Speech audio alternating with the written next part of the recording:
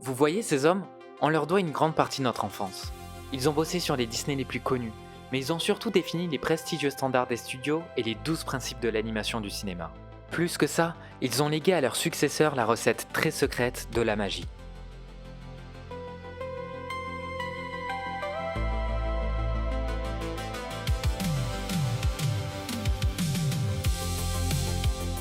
Père fondateur à l'origine d'un des plus gros héritages du cinéma, ces hommes ont marqué la production des films Disney sur plusieurs décennies.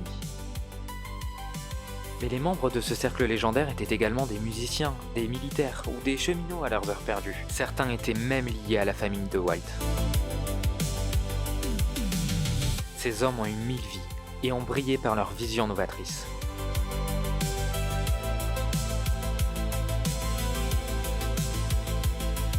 Qui étaient-ils? Quel héritage ont-ils laissé derrière eux? Aujourd'hui, je vous parle des 9 sages Disney, les vrais magiciens de notre enfance. Come on, everybody, here we go!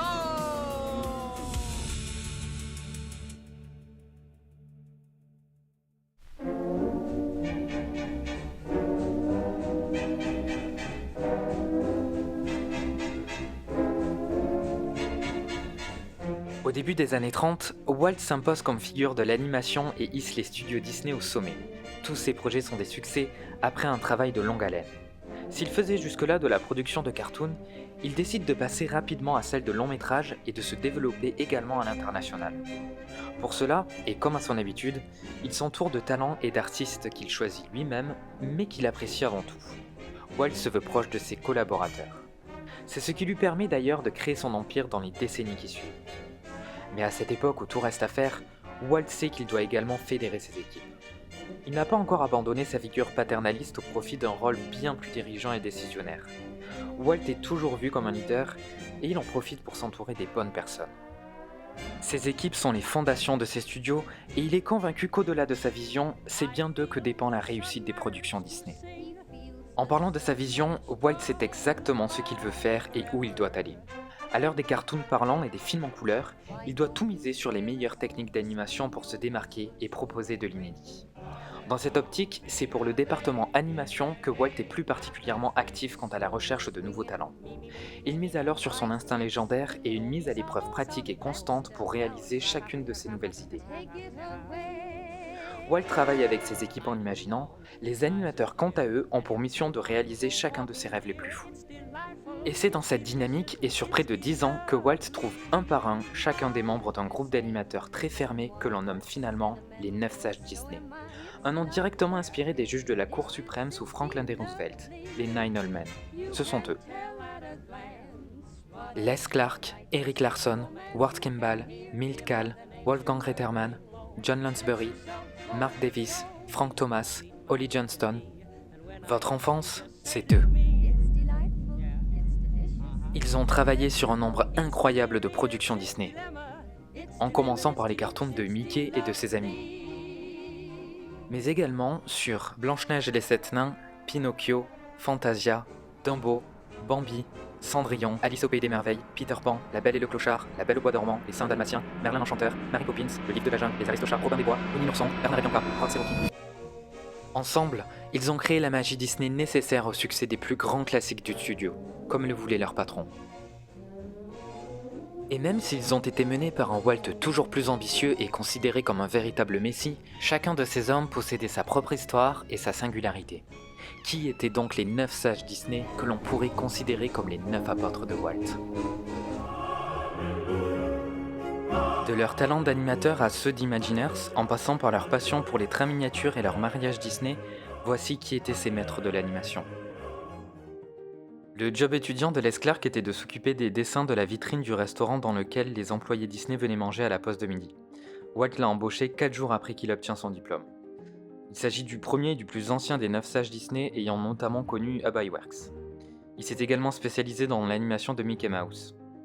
C'était certes un animateur à ses débuts, mais il a fini par superviser plusieurs films d'animation, comme La Belle et le Clochard par exemple. À sa retraite, c'est l'animateur Disney ayant eu la plus longue carrière au sein des studios. Les Clark est mort d'un cancer des poumons, comme Walt. Eric Larson a été un animateur de renom tout au long de sa carrière. D'ailleurs, il a fini consultant, puis formateur chez Disney. Il a donc formé les animateurs et les artistes Disney du second âge d'or, comme John Musker, Ron Clements, Mark Henn, Glenn Keane, ou encore John Lasseter de chez Pixar, Brad Bird, le réalisateur du Géant de fer et des Indestructibles, Don Bluth, celui d'Anastasia, et d'autres comme Tim Burton par exemple. Ward Kimball a décidé de tout plaquer à 19 ans pour se faire embaucher par Walt. Après une formation d'illustrateur, il s'est révélé très doué en animation. Walt disait d'ailleurs de lui que c'était un génie. C'est lui qui a créé les lignes de vitesse. En parallèle de l'animation, Ward était un musicien mais également un touche-à-tout. Il a rapidement été en charge d'autres types de productions, comme des émissions télé par exemple. Passionné de trains, il en a construit un dans son jardin, ce qui a inspiré Walt à faire de même. La suite de l'histoire, on la connaît. Walt a voulu créer Disneyland, Ward en a d'ailleurs été l'un des Imagineers. Milt Kahl est quant à lui arrivé très tôt dans l'histoire des studios. Il avait un style très fin et détaillé. Du coup, il s'est occupé de l'animation puis de la supervision de plusieurs personnages humains ou animaux, pour le côté réaliste. Il a participé à développer certaines techniques d'animation.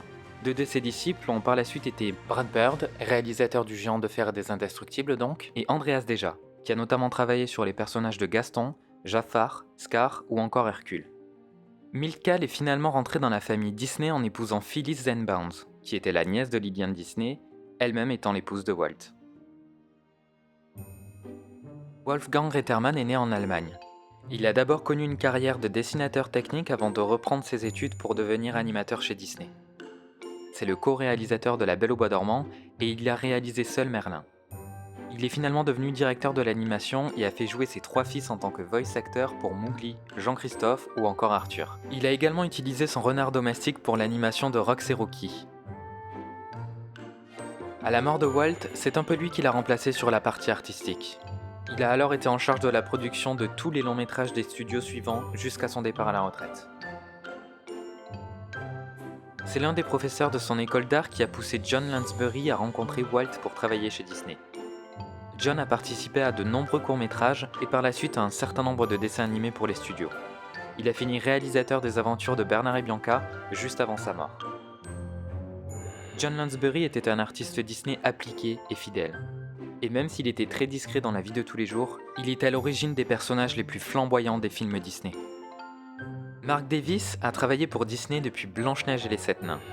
D'abord animateur, il a développé beaucoup de personnages pour les longs métrages des studios, mais également pour certaines attractions de Disneyland. Mark Davis est en effet devenu Imagineers et a travaillé sur certaines des attractions les plus connues. Pirates des Caraïbes, Haunted Mansion, It's a Small World. Il a même fini par abandonner sa carrière d'animateur pour se consacrer à Disneyland jusqu'à sa retraite. Enfin, je crois qu'on peut évoquer un duo très particulier. Frank Thomas et Ollie Johnston. Frank Thomas a été embauché chez Disney en tant qu'assistant animateur et a travaillé sur beaucoup de courts et longs métrages. Une fois animateur, il a développé beaucoup de vilains Disney. Mais la vie de Frank Thomas ne se résume pas qu'au studio Disney. En effet, il a été incorporé à l'Air Force pendant la Seconde Guerre mondiale, mais il était également un pianiste de talent et a développé avec Milt Kahl certaines techniques d'animation. Cette technicité l'a d'ailleurs poussé à écrire ce qui est encore aujourd'hui considéré comme étant la Bible de l'animation, The Illusion of Life, qu'il a rédigé avec son binôme et ami, avec qui il a formé un duo inoubliable, Ollie Johnston. Ollie Johnston a travaillé sur la plupart des longs métrages de l'époque. Il s'est marié à Mary Worthey qu'il a rencontrée chez Disney. Ollie était lui aussi un passionné de trains. Il a également inspiré Walt sur les trains miniatures et par la suite sur la création de Disneyland. On peut le considérer comme le dernier des 9 sages Disney. Le duo Frank Thomas et Ollie Johnston a d'ailleurs prêté ses voix à ses propres personnages sous forme de caméo dans Le Géant de fer de la Warner et Les Indestructibles de Pixar, 2 films réalisés par Brad Bird, l'un des disciples des 9 sages Disney. Chacun de ces 9 animateurs a été intronisé Disney Legends, de leur vivant ou à titre posthume. Le programme Disney Legends récompense les hommes et les femmes ayant contribué de manière émérite à la réussite de l'entreprise. Mais ces 9 sages Disney, ces 9 apôtres, ne se sont pas contentés de suivre Walt, leur messie. Ils ont également défini les 12 principes ou 12 commandements de l'animation. Les 9 sages Disney étaient donc des animateurs très débrouillards. Ensemble, ils ont développé les 12 principes de l'animation. que l'on peut d'ailleurs retrouver dans le livre de Frank Thomas et Holly Johnston, The Illusion of Life. Le premier de ces principes, c'est Squash and Stretch. On parle là d'une déformation en écrasement ou en étirement pour traduire un mouvement. On en a un parfait exemple dans cet extrait du Roi Lion avec le corps de Pumba qui s'écrase et qui s'étire donc pour montrer qu'il est tracté vers le haut. On en a un autre exemple avec le narrateur dans Aladdin et cette scène dans Frères des ours. Le deuxième principe de l'animation chez Disney, c'est l'anticipation technique. On parle là d'un mouvement avant le mouvement pour préparer le spectateur. Alors ok, c'est assez conceptuel, mais le but c'est de pouvoir faire anticiper l'action par le spectateur. Dans cet extrait par exemple, on voit que Donald penche sa tête en arrière avant de la pencher en avant, comme s'il prenait son élan. Même mouvement de recul dans cette scène, et ici également quand Peter Pan prend son élan pour s'envoler. Troisième principe, le staging. On cherche à introduire des personnages, des réactions et des actions facilement lisibles et harmonieusement placées dans l'espace. On peut dire en quelque sorte qu'il s'agit de la mise en scène. Quatrième principe, straight-to-head action and pose-to-pose. Ici, on a deux manières d'animer. La première, en suivant et en respectant un process d'animation image par image avec le pose-to-pose. Ou la seconde, en s'autorisant une animation au feeling, une animation intuitive au niveau des mouvements, sans code ou règles particulières, adaptée à une action spécifique, un personnage ou une rapidité de mouvement, avec donc la technique du straight-ahead. Follow-through and overlapping action. Là, les animateurs cherchent des mouvements supplémentaires à ajouter à l'action principale, pour ajouter du réalisme. Dans cet extrait par exemple, c'est le balancement du sac quand Kronk s'immobilise. Même chose ici avec le manteau du prince Jean ou la mèche de Pinocchio. Slow in and slow out. Les animateurs viennent rajouter un ralenti au début et à la fin de l'action pour fluidifier et appuyer le mouvement, et encore une fois pour rendre le tout plus réaliste. Ici par exemple, les spaghettis atterrissent dans l'assiette avec un léger ralenti, ce qui vient accentuer l'action. Dans cette scène, le ralentissement efface carrément la gravité sur l'ourson de Michel, et on retrouve également cet effet sur la perruque et le chapeau de Petit Jean. Arcs. Ce principe veut que les gestes ou les actions, que l'on appelle des arcs de mouvement, soient toujours harmonieux et donc plus facilement lisibles à l'écran. On peut retrouver ce principe dans le flou de certains mouvements, mais également dans cet extrait. Lorsque Mulan tombe, on voit que son corps est emmené vers le haut, puis vers la droite, et enfin vers le bas. La chute n'est pas rectiligne, elle est plus naturelle.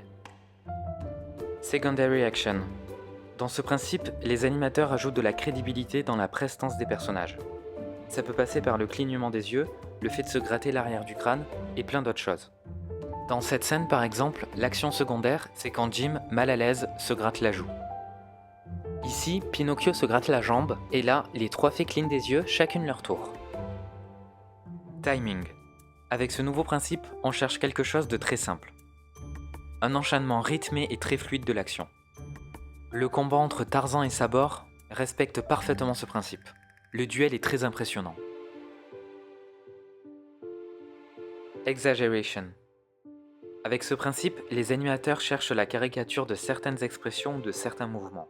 Ça peut être des grimaces, des sourires ou des froncements de sourcils par exemple. L'un des personnages qui ont le plus profité de ce principe, c'est sans surprise le génie. Jiminy profite également de cette technique dans cette scène, et Cruella dans celle-ci.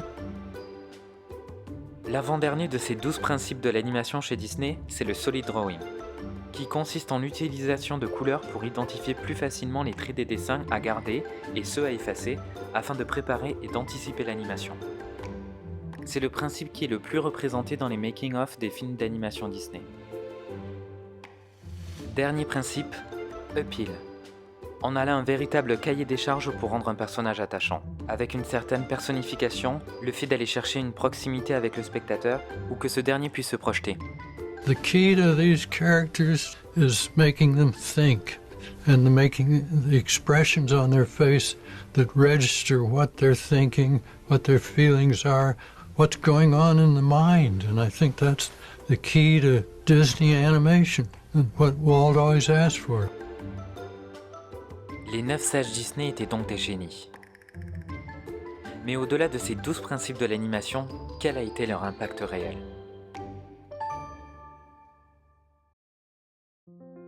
Quel a été l'impact des 9 sages Disney ? Si l'on prend en compte toutes leurs collaborations et le travail de chacun sur les différentes productions, on ne dénombre pas moins de 22 films. Le nombre de récompenses n'est pas en reste, puisque les 9 sages Disney ont remporté 62 distinctions. Leurs films ont cumulé 1,2 milliard d'entrées dans le monde pour 15 milliards de dollars américains de recettes au box-office, inflation prise en compte. Leur présence a indéniablement participé à la réussite des studios. Mais les 9 sages Disney ont également assuré la continuité de leur succès en formant les animateurs du second âge d'or, des artistes de renom et extrêmement talentueux. On doit ce passage de flambeau surtout à Eric Larson, sans oublier la passation avec Wolfgang Reitermann après le décès de Walt. Les 12 principes de l'animation ont quant à eux été repris par tout le monde et se sont imposés comme la Bible de l'animation. Plus généralement, les 9 sages Disney ont eu un impact sur les studios, que ce soit les productions et toutes les autres créations comme Disneyland avec Marc Davis, un impact sur l'animation également, et plus globalement sur le cinéma. Mais la carrière des 9 sages chez Disney n'était malheureusement pas éternelle. Seuls Les Clark, Frank Thomas, Milt Kahl, Ollie Johnston et John Lansbury sont restés animateurs jusqu'à la fin du premier âge d'or, à la fin des années 70. Marc Davis est quant à lui parti chez les Imagineers en 1961. Il s'est occupé des animatronics pour Disneyland. Ward Kimball l'a suivi 10 ans plus tard, en 1971. Il est d'abord parti sur la production de films en prise de vue réelle et des productions télévisées, avant d'aller sur la création d'attractions pour Disneyland. Pour les deux derniers, on connaît déjà l'histoire. Eric Larson s'est occupé de la formation des jeunes talents, et après la mort de Walt Disney en 1966, c'est Wolfgang Reitermann qui s'est occupé de la réalisation et de la production des longs métrages qui ont suivi.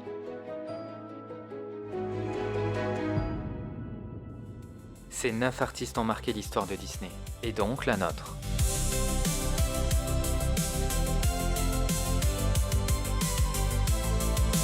Sans eux, nous n'aurions pas rêvé de voler comme Peter Pan, de nous lancer dans les aventures les plus folles, ou de siffler en travaillant.